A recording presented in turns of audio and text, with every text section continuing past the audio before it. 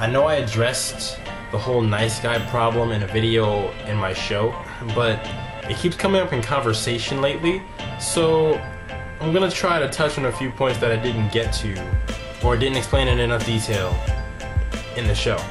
Okay, nice guys finish last. What does that mean? Most people take it as nice guys just generally don't have much of an effect on girls, and that's not true at all. It's not that nice guys aren't capable of achieving a relationship with a girl. It's more so that they don't have the drive or the initiative that most so-called jerks have. The whole nice guy thing has a lot of different meanings. It would help to know what kind of nice guy you are. If you're the kind of nice guy that does nice things genuinely because you just care, you're not saying that to yourself to make you believe it or to make anyone else believe it. That's just how you are, like you're just genuinely a nice person. Pretty sure a girl will be able to see that. If you're a nice person that does things, you know, to get things, that might be your problem. A friend of mine posted a picture on Facebook the other day. As a matter of fact, I'm gonna steal it. I'm gonna put it right here. Friend zoning is bullshit because girls aren't slot machines that you can just put kindness tokens into until sex falls out. I agree and disagree.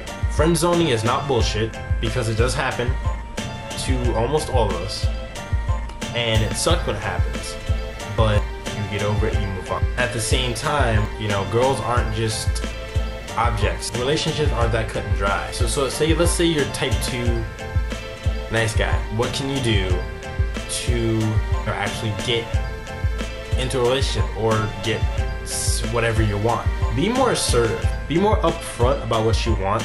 If you're trying to mask your intentions, people can sense that, for one. For two, you might just end up being boring. You're trying to put on this facade, this personality that isn't really you, so you're not going to be too into it. And if you're not into yourself, then the other person is not going to be into you either. The number one piece of advice, no matter what, is always just be yourself. If you don't like the Twilight movies, don't pretend to be a fucking ardent fan.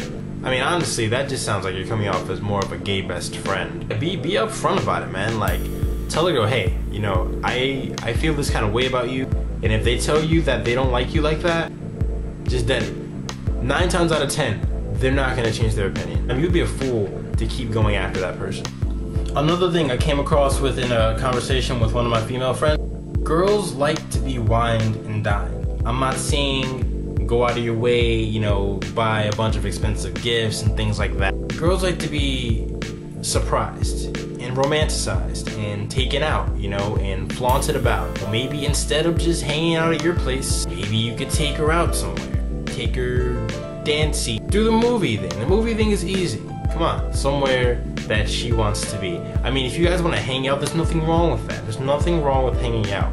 Every once in a while, girls do like to go out and they like to be flossed. Be spontaneous. You know, keep her guessing. Keep her on her toes.